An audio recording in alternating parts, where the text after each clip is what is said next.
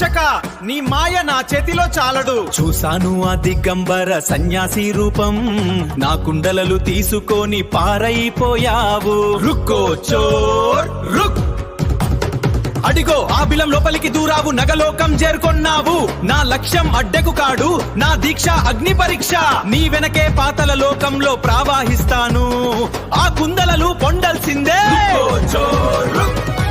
వజ్ర యుద్ధ శక్తి నింపాగా దారులు తెరిచెనుగా, నగలోకం కనిపించేను దివ్య కాంతులు కురియాగా. బంగారు రత్నల వెలుగులో తక్షకుడు కనిపించెనుగా, ఆ కుందలములు పొండాగా సాగినడు ఆ వీరుడు.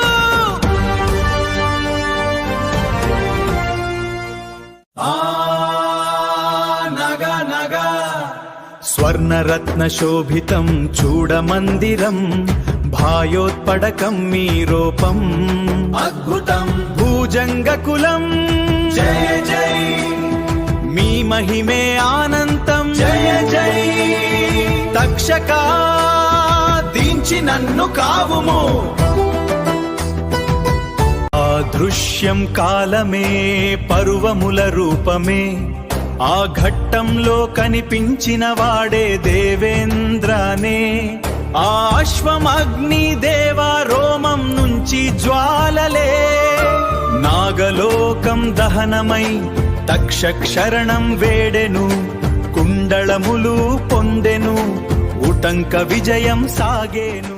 కాంతి మార్గంలో రాజ్యమెలుటున్నావా, బదులో కోరికలోనే బదులు పూసావా. ఆ తక్షకుడు ఆడి పాడుచుండగా, క్షాత్రియ రక్తం చల్లేద ఎందుకా. ప్రటికారంతో మ్రోగలి నారాణం, నా సర్ప సత్రం ఆరంభం. ఆటల మధ్యలో అవమానం అగ్ని జ్వాలై, తండ్రి మెడలో విష సర్పం చూసి ఆగ్రహం పొంగే. శాపం ఇచ్చా నా మాట పతనమై, తక్షకుడు వస్తాడు కలియుగం మొదలై. ఆగ్రహ క్షణంలో ధర్మం తప్పింది, కలియుగం మొదలై. విద్యా గర్వముతో విషాగ్నిని చల్లార్చెను, కానీ కనకపు మోహనకు ధర్మము ఓడెను.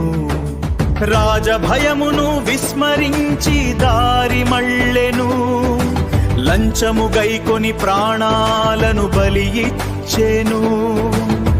అయ్యో విధి వక్రీకరించెనే, అపగ్రస్తుడైన రాజు మృత్యువుకు 7 దినాల దూరం. ఆకాశాన్ని తాకే బురుజు అభేద్యమైన రక్షణాలయం. మంత్రశక్తితో కశ్యపుడు ప్రాణభిక్ష పెట్టేందుకు పయనం. ఎదురైన వృద్ధుడు నవ్వాడు, నేనే తక్షకుడను కాచుకో. కాలనాగు విషాగ్నికి నీ మంత్రబలం అడ్డు చెప్పు. విధి గెలుస్తుందో భక్తి గెలుస్తుందో చూద్దాం. దహం తోడిగిన హృదయం ఆశ్రమం చేరెను, మౌనంలోని మానం రాజుకు అవమానమయ్యే.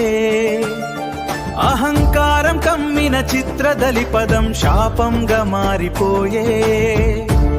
విధి విలసం అధి పరీక్షిట్టు గద్దా,